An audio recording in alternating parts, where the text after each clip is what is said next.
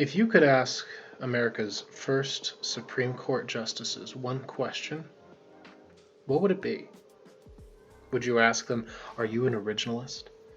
Would you ask them instead, do you believe the Constitution is a living document?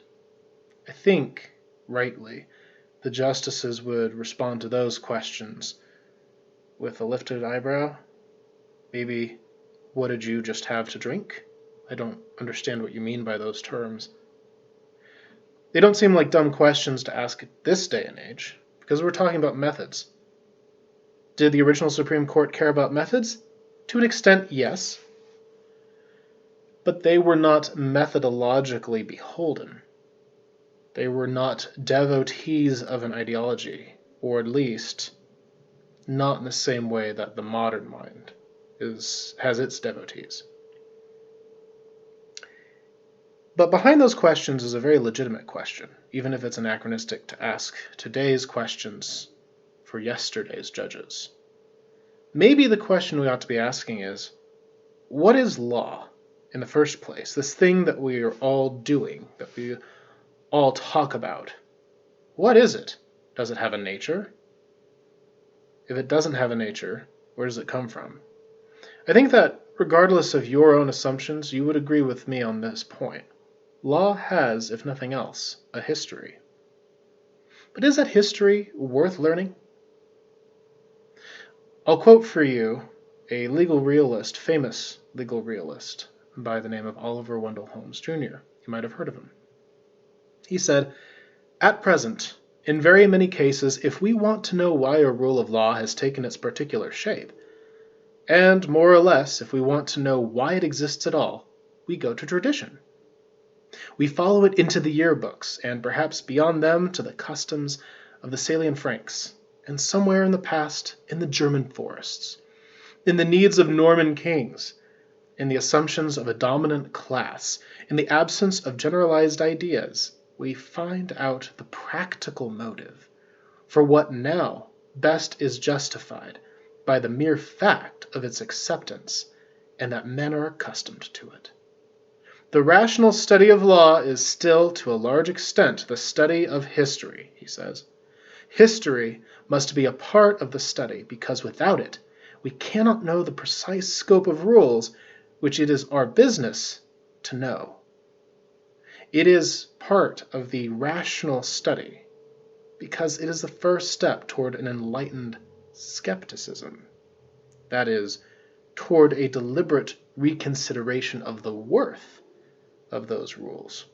See, Oliver Wendell Holmes and many of his devotees are fundamentally cynics about the law. They don't believe it has a fundamental nature, or if they do, it's threadbare. It's the product of forces in contest, a judge forced to make a decision in that contest, and that decision suddenly sets a tone for future contests, as though the judge sitting there had no reasons for his decision, as though reason itself is ephemeral, as though there is no principle that could apply over time.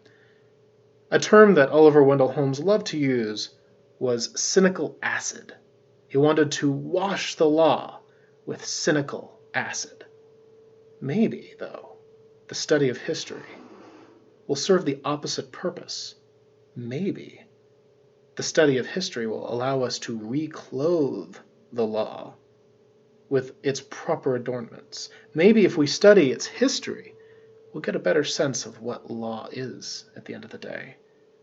And if we study the past, we'll get a better sense of what things tend to be the same over time, and what things are just fads, trends, things that will pass away in future centuries of the law.